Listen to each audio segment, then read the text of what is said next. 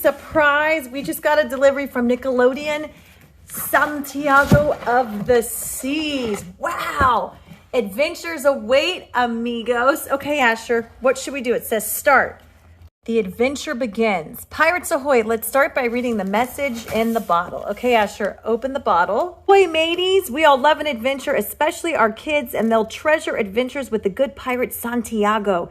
It's an interactive, animated, bilingual action-adventure series that follows 8-year-old Santiago, a brave pirate. You've got your compass. Time for the next clue. Sparkling seashell. Putting Xander in charge of the mermaid shell. And now, what does this say?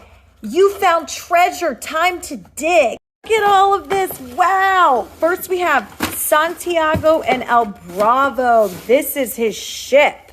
And this is See the Surprise. So Lorelai doll, look, isn't she wonderful? We have Santiago and El Bravo. So as you can see, there's wheels and he's got his sword. What's amazing is the sail rotates around, and here is Santiago and his cool sword. And here is Lorelai. Isn't she fabulous? We're gonna put her in the bath, and you get this cool turtle, this spongy star, this shell that opens, and then look at this little octopus.